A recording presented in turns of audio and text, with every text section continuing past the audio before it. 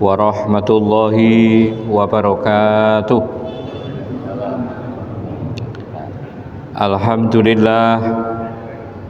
Alhamdulillahilladzi hamdan katsiran thayyiban mubarakan fi kama yuhibbu rabbuna wa yarda.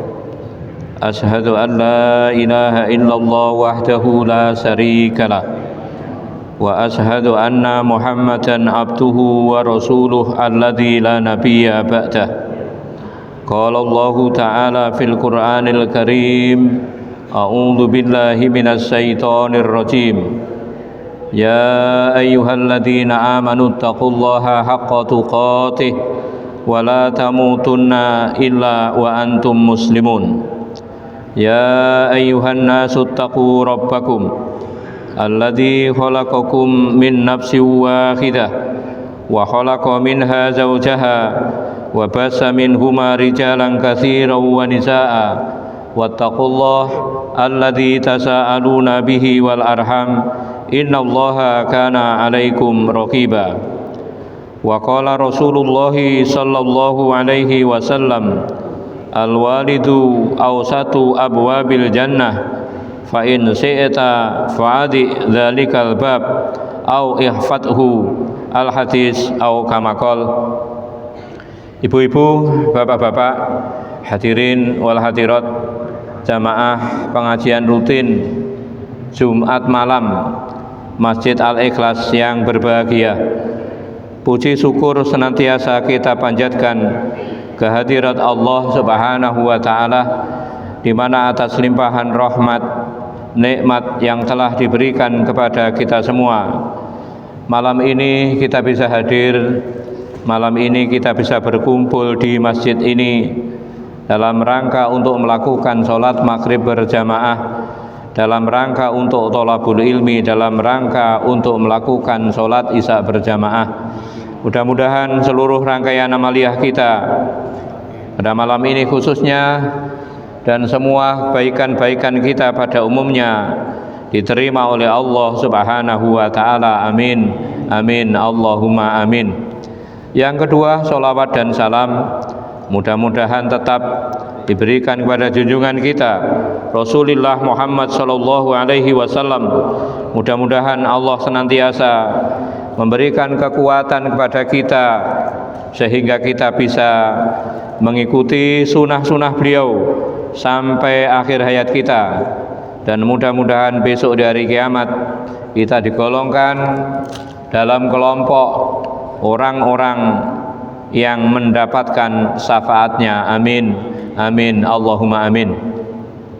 Ibu-ibu, bapak-bapak yang berbahagia, sebelum kita mulai, monggo kita doakan jamaah kita. Kita doakan keluarga dari jamaah kita yang sedang, yang sudah meninggal. Mudah-mudahan Allah menerima kebaikan-kebaikan mereka, Allah mengampuni semua kesalahan-kesalahan mereka, dan mereka semua mendapatkan gelar husnul khotimah. Amin. Amin. Allahumma amin. Mungkin ada di antara kita yang sedang sakit, kita doakan mudah-mudahan Allah mengampuni kesalahan-kesalahannya, dan mudah-mudahan mereka segera diberikan kesembuhan. Amin. Amin. Allahumma amin. Ibu-ibu, bapak-bapak yang berbahagia, monggo kita mulai dengan bacaan basmalah bersama-sama. Bismillahirrahmanirrahim. Ini sebelum saya lanjutkan, ini menambah sekaligus menggarisbawahi tentang kasusnya Ibnu Umar. Kemarin kan sudah saya sampaikan, Ibnu Umar itu sangat mencintai istrinya, tetapi oleh Umar Ibnul Khattab, Ibnu Umar itu disuruh menceraikan istrinya, Pak. Kemudian Umar bimbang, Ibnu Umar bimbang, dia tidak mau. Kemudian Ibnu Umar lapor kepada Nabi. Kemudian Nabi mengatakan, al-walidu awsati abwabil jannah. Orang tua itu adalah separuh pintu surga, Pak. Maka barang siapa yang ingin, maka hendaklah orang itu menyia-nyiakan atau meletakkan peluang itu, dan barang siapa yang ingin hendaklah menjaganya. Riwayat yang lain ya ceraikan, nggih. Ada kisah lain, Pak, nggih. Jadi kenapa seorang suami itu sampai harus menceraikan istrinya, Pak? Nabi Ibrahim alaihissalam itu pernah berkunjung ke rumahnya Ismail, Pak. Jadi ketika Ibrahim datang ke rumahnya Ismail, ketika itu Nabi Ismail tidak ada. Kemudian Nabi Ibrahim bertanya kepada istrinya Ismail, bagaimana keadaanmu? Ketika itu istrinya Ismail mengatakan, nahnu bisarrin, nahnu fi dzikin wasiddatin, nahnu bisarrin, kami ini mengalami banyak keburukan, kami itu berada di dalam kesempitan, kami ini berada di dalam napa niku penderitaan yang amat berat. Kemudian Ibrahim mengatakan, nanti kalau suamimu datang, tolong sampaikan salamku dan katakan kepadanya supaya dia mengganti gagang pintu rumahnya. Betul, Pak, ya, ketika Ismail datang kepada Ismail bertanya kepada istrinya, apa ada yang datang? Tadi ada orang yang sudah tua. Dia apa berpesan? Iya, dia berpesan. Dia berpesan supaya engkau mengganti gagang pintu rumah. Kemudian Ismail mengatakan, ketahuilah bahwasanya yang datang itu adalah bapakku. Bapakku berpesan supaya aku menceraikan engkau. Maka akhirnya istrinya itu diceraikan. Kemudian Ismail menikah lagi, Pak. Ismail menikah lagi. Ketika Ismail menikah lagi, Ibrahim datang. Ketika Nabi Ibrahim datang, kebetulan Ismail juga tidak ada, Pak. Kemudian Ibrahim bertanya, bagaimana keadaanmu? Istrinya itu mengatakan, nahnu bi khairin wa sa'atin, kami itu berada dalam keadaan yang baik-baik saja, wa sa'atin, dan kami ini berada di dalam kecukupan. Ibrahim bertanya, ma ta'amukum, apa makananmu? Al-lahma, yang kami makan itu daging. Apa minumanmu? Minuman kami air. Ibrahim mengatakan, nanti tolong bilang pada suamimu kalau dia datang supaya dia itu mempertahankan gagang pintu rumahnya. Kemudian ketika Ismail datang, tanya kepada istrinya, apa ada tamu? Ada orang tua. Dia ngomong apa? Dia berpesan supaya engkau mempertahankan gagang pintu rumah.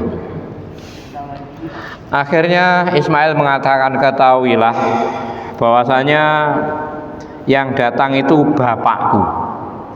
Bapakku berpesan agar supaya aku mempertahankan engkau. Jadi kesimpulannya begini, Bang. Jadi seorang istri, entah itu istrinya Ismail atau istrinya Ibnu Umar yang disuruh diceraikan oleh orang tua mereka berdua, Umar menyuruh anaknya menceraikan istrinya, Ibrahim memerintahkan agar Ismail menceraikan istrinya, karena kebetulan istrinya itu perangainya tidak baik, Pak. Jadi istrinya Ismail itu suka mengeluh, suka mengadu permasalahannya kepada orang lain, termasuk istrinya Ibnu Umar. Jadi karena Umar itu nggak ingin dampak jelek itu mengenai Ibnu Umar, maka dia memerintahkan agar Ibnu Umar itu menceraikan istrinya. Jadi istri yang mestinya dicerai karena perintah orang tua apabila istri itu tidak berdampak baik kepada suami, tidak berdampak baik kepada keluarga. Insyaallah ngaten Pak nggih. Itu sebagai tambahan dari apa yang saya sampaikan kemarin. Nggih, sekarang kita lanjutkan. Nggih. Wa ani bani Umar radhiyallahu anhu maqala qala Rasulullah sallallahu alaihi wasallam bunyal islamu ala khamsin syahadatun an la ilaha illallah wa anna muhammadar rasulullah wa iqamis sholati wa ita'iz zakati wa hijjul baiti wa saumi ramadhana. Wa ani bani Umar, dari Ibnu Umar radhiyallahu anhuma, mudah-mudahan Allah meridhoi Ibnu Umar. Qala, dia berkata, qala Rasulullah sallallahu alaihi wasallam, Rasulullah Muhammad sallallahu alaihi wasallam itu bersabda, bunyal islamu ala khamsin, agama Islam itu dibangun atas 5 perkara Pak. Syahadatun an la ilaha illallah, yang pertama menyaksikan atau bersaksi bahwasanya tidak ada Tuhan kecuali adalah Allah. Wa anna muhammadar rasulullah, dan bahwasanya Muhammad adalah utusan Allah. Wa iqamis sholati, menegakkan sholat. Wa ita'iz zakati, membayar zakat.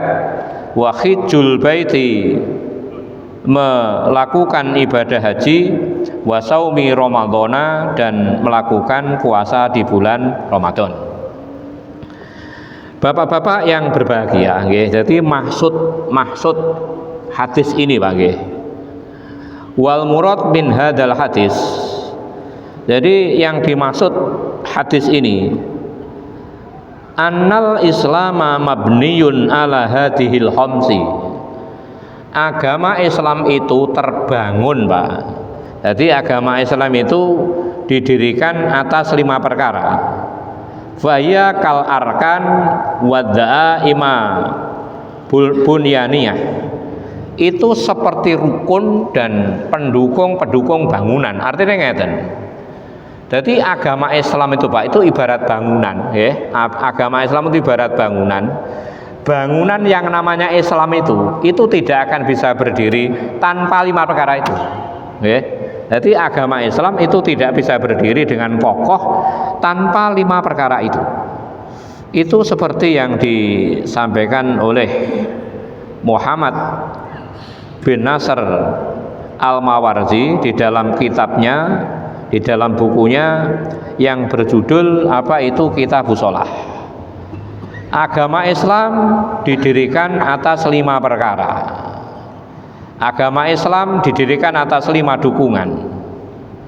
Yang dimaksud adalah, jadi perintah dalam Islam, perintah untuk mendirikan Islam itu, perintah pendukung untuk mendirikan Islam itu ada 5. Ketika salah satu dari 5 itu tidak ada, itu tidak bisa kokoh. Bapak-bapak yang berbahagia, nggih. Dalam riwayat yang lain, Pak, jadi dalam riwayat yang lain Nabi matur ngeten, uro al-islamu, artinya sendi agama Islam, tali agama Islam, wa qawaiduhu, dan kaidah-kaidah dalam agama Islam itu yang pertama syahadat Pak. Jadi yang pertama syahadat, yang nomor 2 sholat, yang nomor 3 apa itu zakat. Saya ulangi. Jadi yang pertama itu syahadat, yang nomor 2 sholat.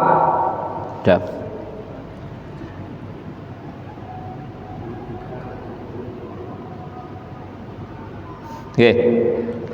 Kraten ngeten nggih, misalnya yang namanya puasa Pak.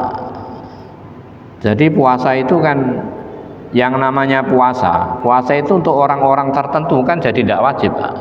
Haji itu kan bagi tidak wajib. Haji itu napa niku bisa tidak wajib bagi orang yang memang mereka itu tidak mampu. Tapi yang namanya sholat Pak nggih. Jadi yang namanya sholat, yang namanya napa niku, yang namanya sholat, yang namanya sholat, yang namanya syahadat itu tidak bisa ditawar. Nggih. Makanya nggih, asalnya kan sendi dalam agama Islam, atau Islam itu bisa dibangun atas 5 perkara. Yang pertama syahadat, 2 kalimat syahadat. Yang nomor 2 sholat. Yang nomor 3 bayar zakat. Yang nomor 4 puasa. Yang nomor 4 haji. Yang nomor 5 puasa. Nah, syahadat ini Pak nggih, ini dalam keterangan yang lain Pak. Dari dalam keterangan yang lain. Jadi nama lain daripada syahadat itu adalah ayyuwahidu. Kita itu selalu mentauhidkan Allah Subhanahu wa taala. Makanya semua nabi, jadi semua nabi itu niki. Wa fi riwayatin Muslim, dalam riwayat Imam Muslim, Bunyal Islamu ala khamsin ala ayyuwahidullah. Jadi yang pertama mentauhidkan Allah. Dalam riwayat yang lain, ala ayya'budullaha wa yukaffiru bima dunahu. Dalam riwayat yang lain, menyembah Allah dan mengingkari selain Allah. Jadi ngeten. Jadi sendi agama Islam itu yang pertama kan 2 kalimat syahadat Pak. Syahadat, 2 kalimat syahadat itu nama lainnya tauhid. Makanya di dalam Al-Qur'an, dalam Al-Qur'an surah An-Nahl, surah An-Nahl surat nomor 16 ayat nomor 36, Allah dawuh, A'udzu billahi minasyaitonir rajim. Bismillahirrahmanirrahim. Surat An-Nahl surat 16 ayat nomor 36. Walaqad ba'asna fi kulli ummatin rasulan ani'budullaha wajtanibut taghut. Walaqad, dan sungguh-sungguh kata Allah, ba'asna, kami telah mengutus fi kulli ummatin, untuk tiap-tiap umat, rasulan, seorang rasul. Napa tugasnya rasul itu? Ani'budullah, mengajak manusia menyembah kepada Allah, wajtanibut taghut, dan menjauhi yang namanya tauhid. Jadi kalimat tahlil itu nggih. Jadi kalimat la ilaha illallah. Jadi kalimat la ilaha illallah atau asyhadu alla ilaha illallah, itu artinya kan nafyun wa isbatun. Jadi yang pertama itu peniadaan la ilaha. Kita meniadakan Tuhan selain Allah. Jadi semua Tuhan selain Allah itu kita tiadakan. Setelah kita meniadakan Tuhan selain Allah, wa isbatun, kita menetapkan tidak ada Tuhan. Jadi setelah kita mengatakan tidak ada Tuhan, kita tetapkan satu-satunya Tuhan adalah Allah Subhanahu wa taala. Jadi semua nabi, semua rasul yang diutus oleh Allah itu diberi tugas. Apa tugasnya? Menyembah kepada Allah dan meninggalkan tauhid atau menjauhi tauhid atau meninggalkan perbuatan syirik. Bapak-bapak yang berbahagia, jadi kalimat la ilaha illallah. Jadi kalimat la ilaha illallah itu adalah kalimat yang kebaikannya atau baiknya itu setelah Al-Qur'an, Pak. Kenapa? Karena dari 2 kalimat syahadat itu adalah sumbernya ikhlas, Pak. Jadi kalimat yang terbaik setelah napa niku mengucapkan setelah Allah, setelah membaca Al-Qur'an, niki kula baca artinya nggih. La ilaha illallah ya afdalul kalam ba'dal Qur'an. Kalimat la ilaha illallah itu adalah sebaik-baik kalimat, Pak, setelah Al-Qur'an. Ya ahabul kalam ilallah. Jadi kalimat la ilaha illallah itu adalah kalimat yang paling dicintai oleh Allah.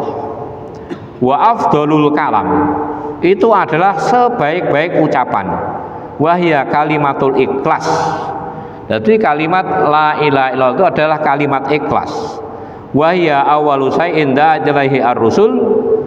itu adalah kalimat yang pertama kali diseru oleh para rasul.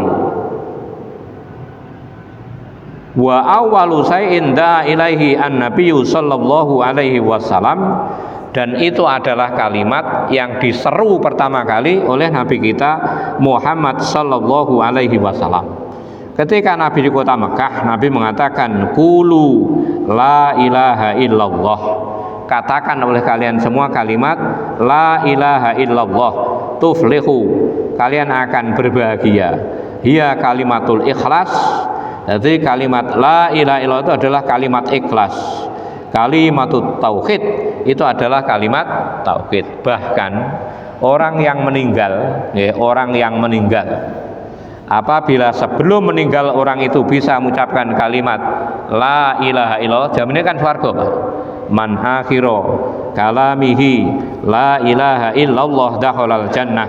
Barang siapa yang sebelum mati atau kalimat terakhirnya, barang siapa yang kalimat terakhir yang ia ucapkan la ilaha illallah dakhalal jannah, orang itu jaminannya surga.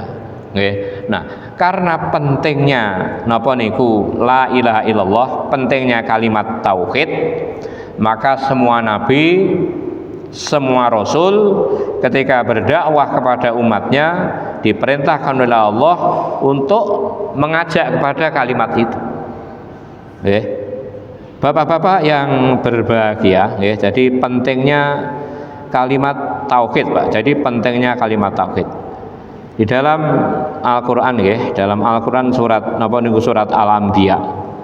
Surat Al-Anbiya surat nomor 21, Monggo Pak Imam, nanti kali Pak Imam, Surat Al-Anbiya surat nomor 21. Ayatnya ayat nomor 24, Di sana ada keterangan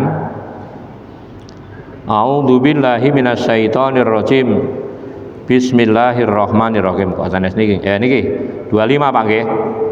25. Wa ma arsalna min qablika mir rasulin illa nuhi ilaihi annahu la ilaha illa ana fa'budun. 25 Pak, moga Pak. Kami tidak mengutus seorang rasul pun sebelum engkau Nabi Muhammad, melainkan kami mewahyukan kepadanya bahwa tiada Tuhan selain aku, maka sembahlah aku. Wa ma arsalna min qablika, dan tidaklah kami utus sebelum kamu Muhammad mir rasulin, dari seorang rasul pun, illa nuhi, kecuali kami wahyukan ilaihi, kepada rasul tersebut, annahu, bahwasanya dia la ilaha, tidak ada ilah, tidak ada Tuhan, illa ana, kecuali aku, fa'budun, maka sembahlah aku. Jadi karena pentingnya kalimat tauhid, karena pentingnya kalimat la ilaha illallah, maka semua nabi, semua rasul oleh Allah diperintahkan untuk mengajak kepada umatnya supaya mentauhidkan Allah Subhanahu wa taala. Bapak-bapak yang berbahagia, jadi napa sendi dalam agama Islam itu yang pertama kan dua kalimat syahadat. Yang pertama meyakini bahwasanya tidak ada Tuhan kecuali adalah Allah Subhanahu wa taala. Yang nomor dua, wa anna Muhammadar Rasulullah, bahwasanya Muhammad itu adalah utusan Allah. Bapak-bapak yang berbahagia, jadi antara iman kepada Allah, dan iman kepada Rasul itu tidak bisa dipisah-pisahkan, Pak. Makanya ketika ada aliran itu kita sering dengar yang namanya aliran ingkarus sunnah, Pak. Jadi mereka itu percaya kepada Al-Quran, tapi mereka tidak percaya kepada Nabi, percaya kepada Al-Quran, tidak percaya kepada hadis. Wonten, Pak? Ada, Pak. Misalnya orang itu percaya kepada Al-Quran, kemudian orang itu tidak percaya kepada hadis, kira-kira orang itu bisa sholat tidak, Pak? Boten saged, Pak. Kenapa? Karena di dalam Al-Quran itu global, Pak. Jadi Allah cuma mengatakan kerjakan sholat. Jadi caranya sholat itu kados pun diboten enten. Sholat duhur jumlah rakaatnya berapa? Tidak ada. Sholat itu tidak ada. Makanya antara apa? Jadi antara beriman kepada Allah dan beriman kepada Rasul itu tidak bisa dipisah-pisahkan. Coba nanti tinggali Pak nggih. Dalam Al-Qur'an surat Ali Imran. Ali Imran itu surat nomor 3. Ayatnya ayat nomor 31, nggih. Itu ada ayat yang berbunyi A'udzubillahi minasyaitonir rajim. Bismillahirrahmanirrahim. Qul in kuntum tuhibbunallah fattabi'uni yuhibbukumullahu wa yaghfir lakum dzunubakum wallahu ghafurur rahim. Qul atiullaha war rasul fa in tawallaw fa innallaha la yuhibbul kafirin. Surat Muhammad, jika kamu mencintai Allah, ikutilah aku. Niscaya Allah akan mencintaimu dan mengampuni dosa-dosamu. Allah Maha Pengampun lagi Maha Penyayang. Satu lagi Pak. 32. Katakanlah Muhammad, taatilah Allah dan Rasulnya. Jika kamu berpaling, sesungguhnya Allah tidak menyukai orang-orang kafir. Nggih. Kul, katakan Muhammad, in kuntum tuhibbunallah, jika kalian itu cinta kepada Allah, fattabi'uni, maka ikuti aku. Jadi orang yang mengaku cinta kepada Allah itu oleh Allah disuruh mengikuti aku Nabi Muhammad. Makanya dalam surat yang lain, jadi Nabi Muhammad itu seperti diberi nggih. Jadi ketika Allah menyuruh manusia beriman kepada Allah, jadi ketika Allah menyuruh manusia beriman kepadanya, maka Allah memerintahkan manusia itu, orang tersebut mengikuti Nabi Muhammad. Termasuk dalam ayat ini, katakan Muhammad, jika kamu mencintai Allah, fattabi'uni, maka ikuti aku, yuhibbukumullahu wa yaghfir lakum dzunubakum. Allah akan mencintai kalian, Allah akan mengampuni dosa kalian, mengampuni dosa-dosa kalian. Allah Maha Pengampun, Allah Maha Penyayang. Katakan, ikutilah Allah, ikutilah Rasul. Ini tidak pernah dipisah Pak. Jadi ketika ada kata ikuti Allah, ikuti Rasul, makanya napa nggih? Jadi antara Al-Quran dan Al-Hadis itu ibarat napa nggih? Jadi ibarat mata uang tuh Pak, nggak bisa dipisah-pisahkan. Orang beriman kepada Al-Quran, orang itu mengingkari Al-Hadis, insyaallah boten saged nglampahi salat Pak. Orang yang beriman kepada Allah, orang itu tidak mau beriman kepada Rasul, orang itu tidak bisa menjalankan syariat agama Islam dengan benar. Karena yang mempraktekkan, yang memberi contoh itu adalah Rasulullah Muhammad Sallallahu Alaihi Wasallam. Bapak-bapak yang berbahagia, jadi syahadat lagi. Jadi sendi agama Islam yang pertama adalah 2 kalimat syahadat. Meyakini, menyaksikan bahwasanya tidak ada Tuhan kecuali adalah Allah, dan meyakini bahwasanya Muhammad adalah utusan Allah Subhanahu wa taala. Ada sebuah cerita Pak. Nabi Adam itu ketika diciptakan Pak, Nabi Adam itu disuruh mengucapkan 2 kalimat syahadat. Asyhadu alla ilaha illallah wa asyhadu anna Muhammadar Rasulullah. Nabi Adam langsung protes, ya Allah, kalau jenengan saya tahu, aku bersaksi bahwasanya tidak ada Tuhan kecuali Engkau, itu aku paham. Muhammad itu sopo? Aku bersaksi bahwasanya tidak ada Tuhan kecuali Engkau, dan aku bersaksi bahwasanya Muhammad adalah utusan Engkau. Protes Pak Nabi Adam. Kalau aku bersaksi tidak ada Tuhan kecuali Engkau, saya bisa menerima ya Allah. Muhammad itu loh siapa? Kemudian Allah mengatakan, Adam, seandainya aku tidak akan menciptakan Muhammad, maka aku tidak akan menciptakan engkau. Itu karena mulianya Nabi kita Muhammad Sallallahu Alaihi Wasallam. Bapak-bapak yang berbahagia, kemudian keimanan kita, tauhid kita, itu diwujudkan dengan dengan amalan syariah. Jadi orang yang percaya kepada Allah, maka percayanya kepada Allah itu harus ada buktinya Pak. Ibarat tanaman, tanaman itu kan harus ada buahnya. Jadi ibarat iman itu tanaman Pak. Ibarat iman itu tanaman. Iman yang kita miliki itu harus ada buahnya. Apa buah daripada iman itu? Takwa Pak. Jadi buah daripada iman itu takwa. Takwa itu nopo? Melakukan perintah Allah dan meninggalkan larangan-larangannya. Makanya ketika orang, jadi ketika orang sudah membaca 2 kalimat syahadat, ketika orang itu tidak mau melakukan sholat, maka 2 kalimat syahadatnya itu batal, Pak. Jadi rukun Islam yang 5 itu adalah penopang daripada bangunan. Jadi ketika salah satu dari rukun itu tidak ada, maka bangunan itu tidak bisa berdiri dengan kokoh. Ada salah satu ustadz yang mengatakan, ketika orang mengucapkan 2 kalimat syahadat, Pak, orang mengucapkan 2 kalimat syahadat, kemudian orang itu tidak mau mengerjakan sholat, maka otomatis, Pak, 2 kalimat syahadatnya batal, Pak. Orang yang mengucapkan 2 kalimat syahadat, kemudian orang itu juga sudah melakukan sholat, tetapi orang itu tidak mau membayar zakat, Pak, maka sholatnya, syahadatnya batal. Orang sudah mengucapkan 2 kalimat syahadat, orang sudah melakukan sholat, orang sudah membayar zakat, tapi orang itu punya uang, dia tidak mau melakukan ibadah haji, zakatnya, sholatnya, syahadatnya batal, Pak. Makanya 5 ini, jadi 5 ini tidak bisa dipisah-pisahkan. Maksud saya ngeten, jadi orang itu dia itu mampu haji, tetapi orang itu tidak haji. Tapi kalau memang tidak mampu, benten malih, Pak, masalahnya.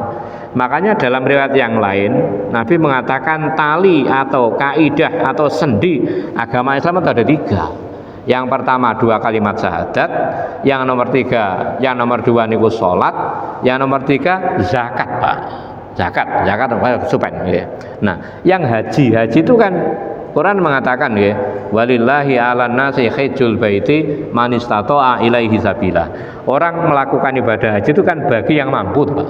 Sementara bagi yang tidak mampu kan boten wajib, Jadi niku, Pak, Jadi sendi dalam agama Islam itu ada 5, di mana salah satu dari 5 itu tidak bisa ditinggalkan tanpa tanpa alasan yang dibenarkan oleh agama kita, agama Islam. Kemudian hadis yang selanjutnya, Pak, Wa anhu, maksudnya dari Ibnu Umar, qala, dia berkata, qala Rasulullah sallallahu alaihi wasallam, Rasulullah Muhammad sallallahu alaihi wasallam bersabda, umirtu an uqatilan nasa, aku diperintah untuk memerangi manusia, kata Ibnu Umar, hatta yashhadu alla ilaha illallah, sehingga orang itu mengucapkan 2 kalimat syahadat.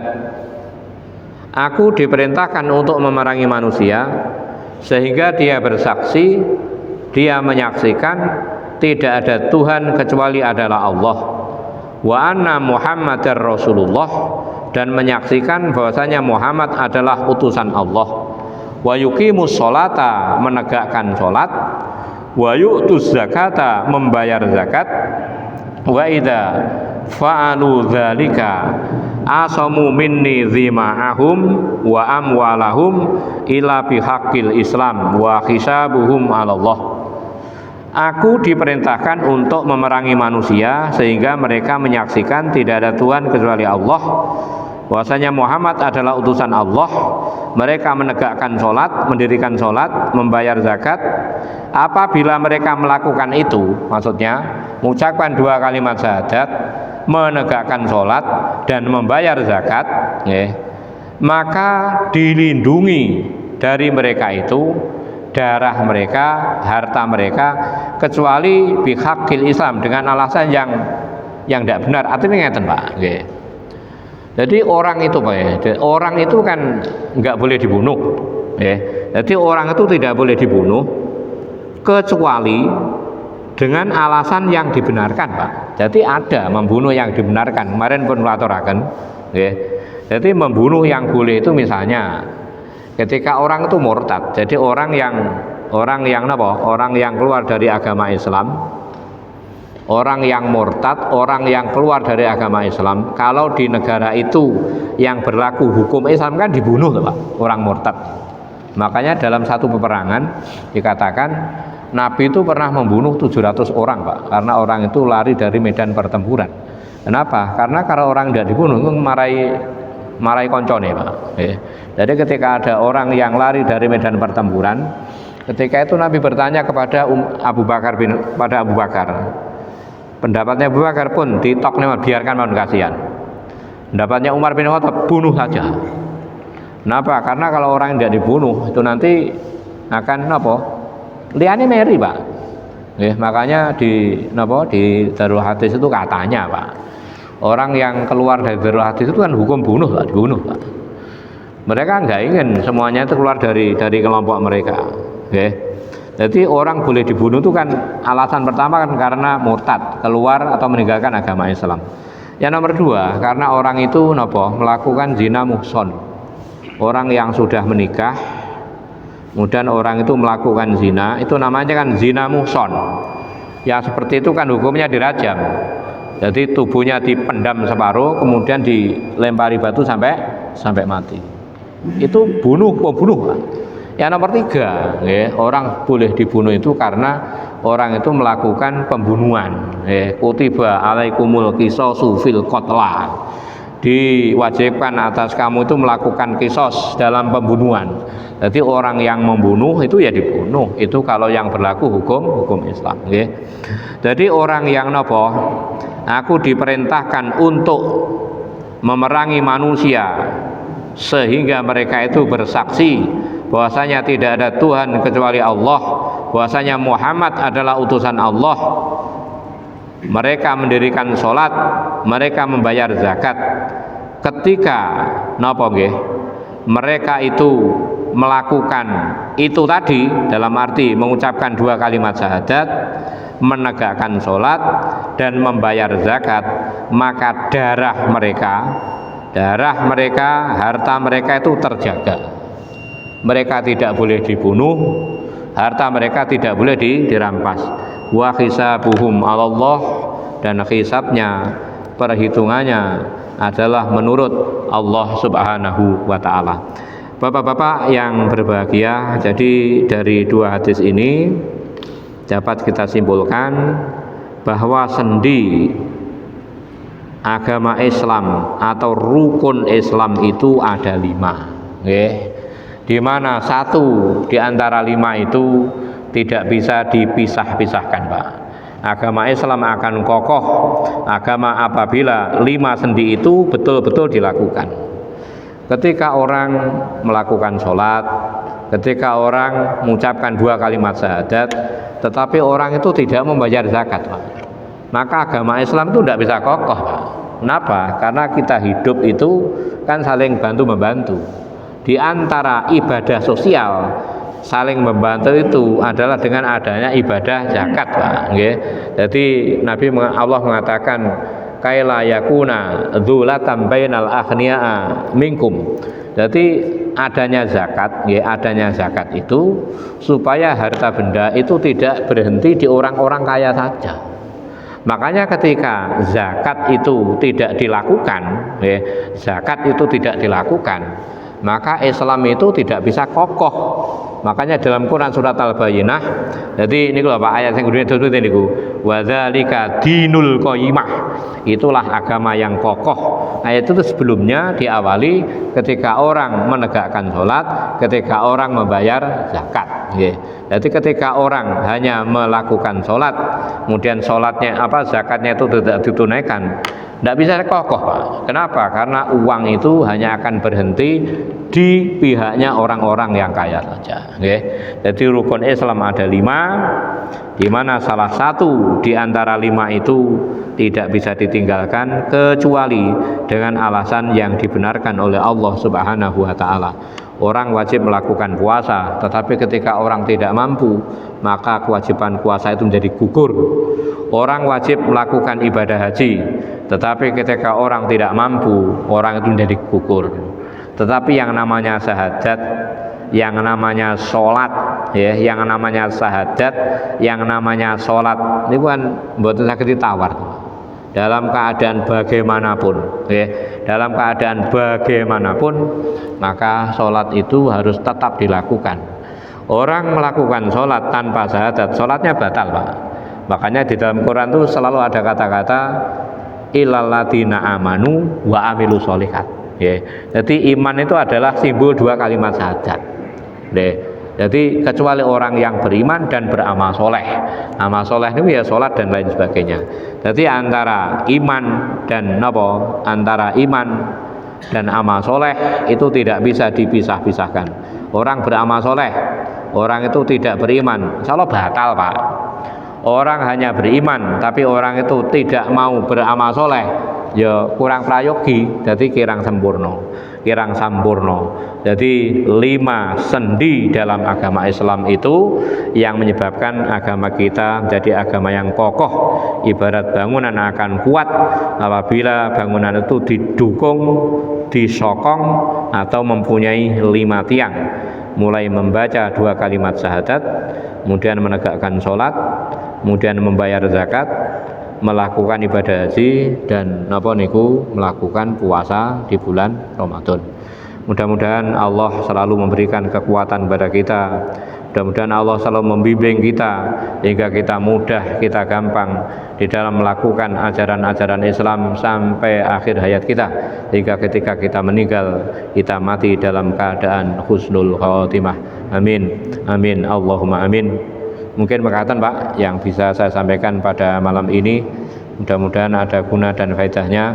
Apabila ada benarnya datangnya dari Allah, apabila ada salahnya datangnya dari saya sendiri.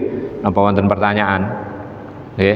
Jadi tauhid itu penting, syariat juga penting. Jadi orang hanya bertauhid ketika orang itu tidak melakukan syariat, tidak mengamalkan syariat, kurang sempurna, Pak. Ketika orang melakukan syariat, misalnya sholat, zakat, haji, tapi orang itu tidak mengakui adanya Allah, itu ditolak oleh Allah Subhanahu wa ta'ala. Moga kita tutup dengan doa kafaratul majlis. Subhanakallahumma bihamdika asyhadu an la ilaha illa anta astaghfiruka wa atubu ilaik. Wal afu minkum wa akhiran wassalamu alaikum warahmatullahi wabarakatuh.